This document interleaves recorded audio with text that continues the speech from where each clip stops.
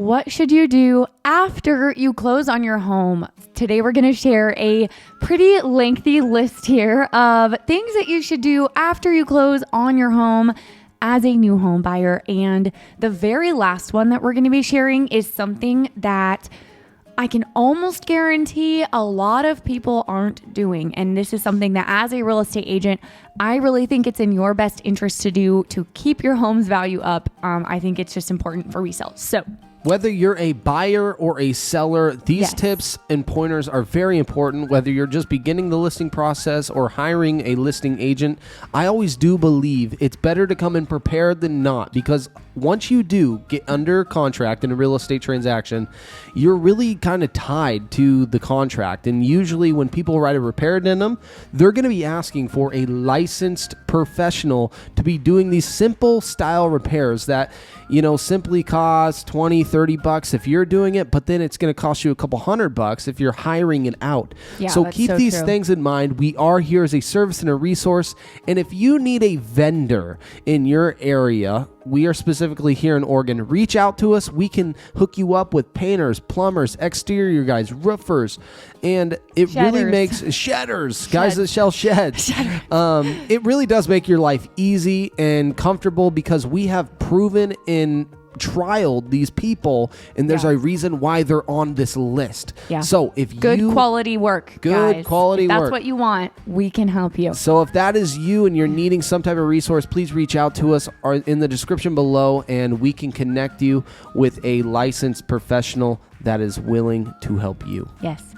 Okay, so the first thing you're going to want to do after you close your home, this is an important conversation to be had. That is, deep clean the house yourself or have the house cleaned by a professional cleaning company. Big. So important. Yes, I think it's important to explain how to expect to have the house left when you get the keys to your home, because this is something that we've seen home buyers be upset about before. Because the thing is, the seller could clean the house right before they give you the keys, or right before, you know, you officially fund and close and it's time for the buyer to get the keys to the house. And it just might not be up to your standards, though. They could be under the impression that they left it clean, but you open the oven and there's like some stuff. It's just not up to your standard of cleanliness. And so we've seen that happen before.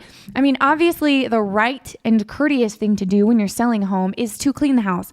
However, there's a lot of situations where, I'll just give one example where the sellers have to be out by 5 p.m. on, you know, the day of closing. Let's say it's a Friday, and they're trying to coordinate so they can go straight from this house to the next house that maybe they're closing on or getting the keys to themselves. And they've got their kids. They're packing up the house, trying to get out as quickly as they can before that 5 o'clock deadline.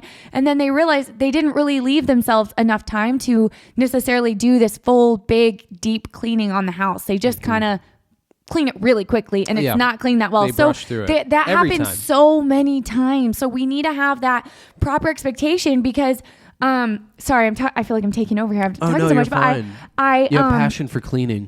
Passion for not coming into a dirty house when you buy. That is the worst. Of it. And I'll tell you what I do. It's a terrible first impression as the new homeowner. I will tell you what I do after all this as well. But another situation, I had some buyers recently who were moving here they were relocating from California, and they were driving straight from California to here in Salem to get to their house when they got possession. And they were going to be arriving around 1 a.m.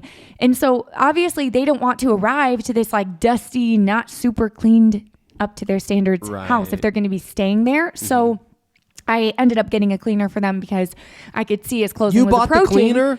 Yes, because I could see, I don't always do that, but I could see that as closing was approaching, the sellers were nowhere to be seen. It was vacant. They were not coming back to clean it. So that was something that needed to be done. But what we do... That's a great real estate agent. Yes. What we do, though, what we do, it's not like we bought a million houses, but the last 2 times that we've bought houses, we've written in the offer that the seller pays for a professional home cleaner before closing, and we will not close till it happens.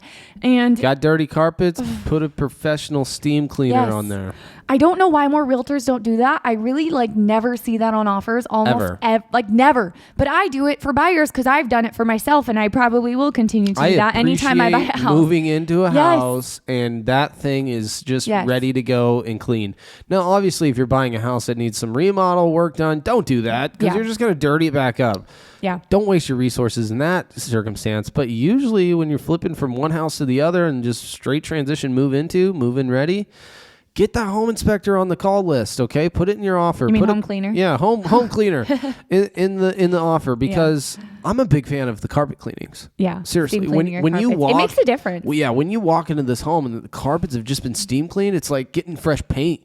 You know, these things, they collect dust over time, and most people don't change out their vacuums. It might look good on the surface, but underneath, that thing's still dirty. That's a good point. It's true. Okay, after you buy a house, you're going to want to change the locks. Not everyone does this, but it could be a good idea because you just don't know how many keys are out there for the house. No, changing locks is super important. And I mean, if you're worried about your security, change the locks. Go spend $15-$20 and put a new key on there and move on with your life.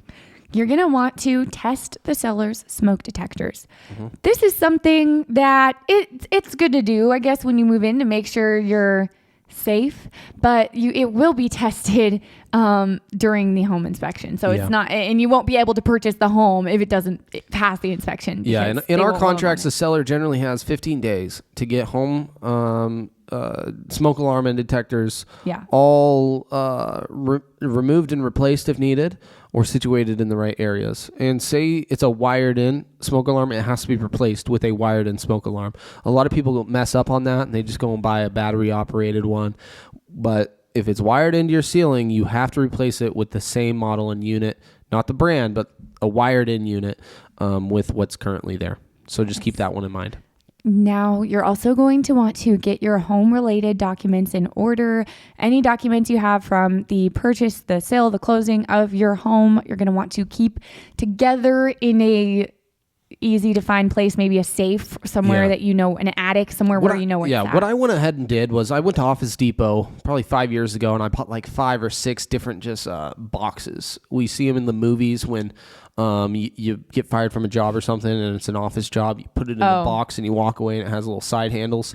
I have 5 of those sitting in my attic. I'm not going to tell you where exactly I live, so don't worry about that. There's some important documents Where up there. is this going? Well, what I'm saying is I do this for all my important documents and your home purchase documents, your title company stuff, your home insurance, that type of documentation, your home purchase stuff.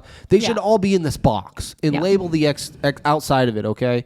Sorry if I butchered that, but I made it so convenient and easy. I went to my local Office Depot, got a box, labeled it, boom, goes in there every time a new document's needed that fits the bill.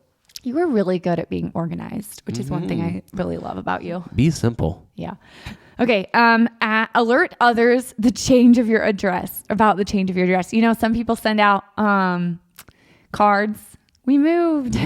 Alert. I feel like that was more of it, like I think that's a thing little of the older. past. But I've seen it. I've seen it happen. Well, like everybody used to, I swear they growing up, I remember seeing my mom and us, we had an address book. Oh, yeah. You know, you would literally physically write all the addresses, names, and a phone number. Yeah. I don't, do those even exist anymore? Do families really do that? That's sad that it kind of faded, but it's probably digital now.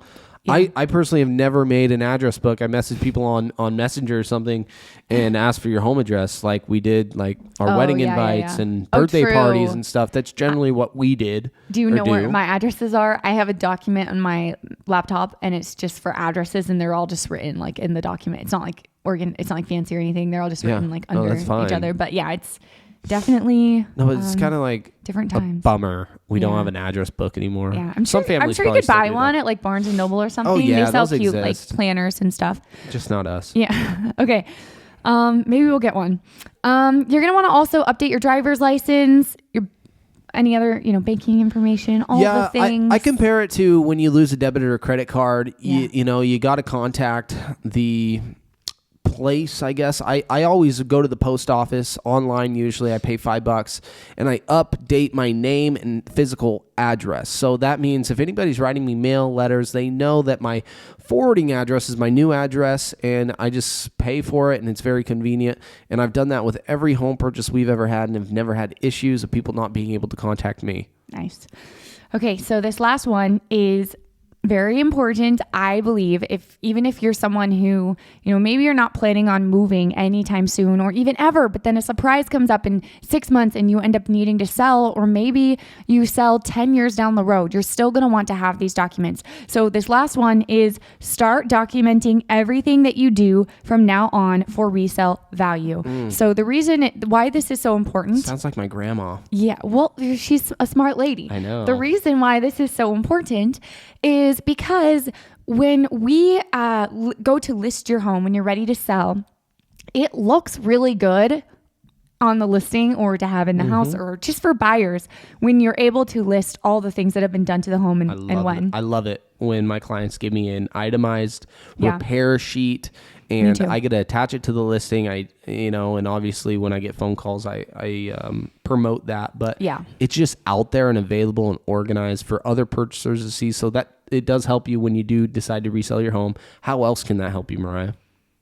I don't know. How else Taxes. Oh, okay. I'm like, taxes, guys. Throwing me off here. That is why my grandma told me to do this, because when you do decide to resell your property, you can write all of these items that you've invested into the property off.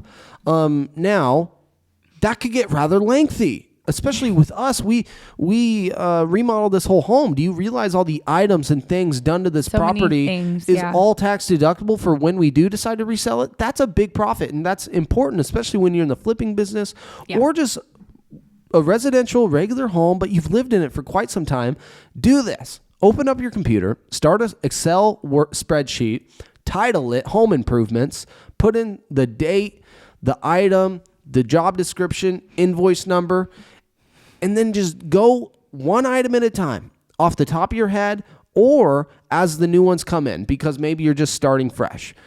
Do that, and by the end of your owner history, you're going to have an awesome list, an organized list that's going to help you at the closing table make you more money.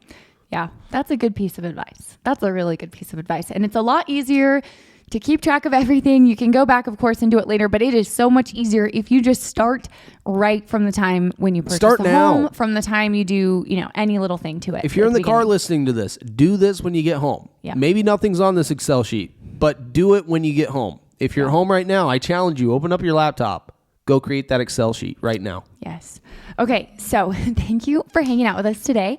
If you are a first-time home buyer, head over to our channel. We have a playlist just for you where you get all of the first-time home buyer tips. And I just think that if you're buying a home, especially in a challenging market, as it has been challenging in different ways now than it was, but it has been challenging for buyers for various reasons. And so if that is you, it can only help you, and it's only in your best interest to have as much knowledge as you can about the process and home buying in general going into it. I think that will help you make the best, most informed decisions for you as possible once you are ready to buy.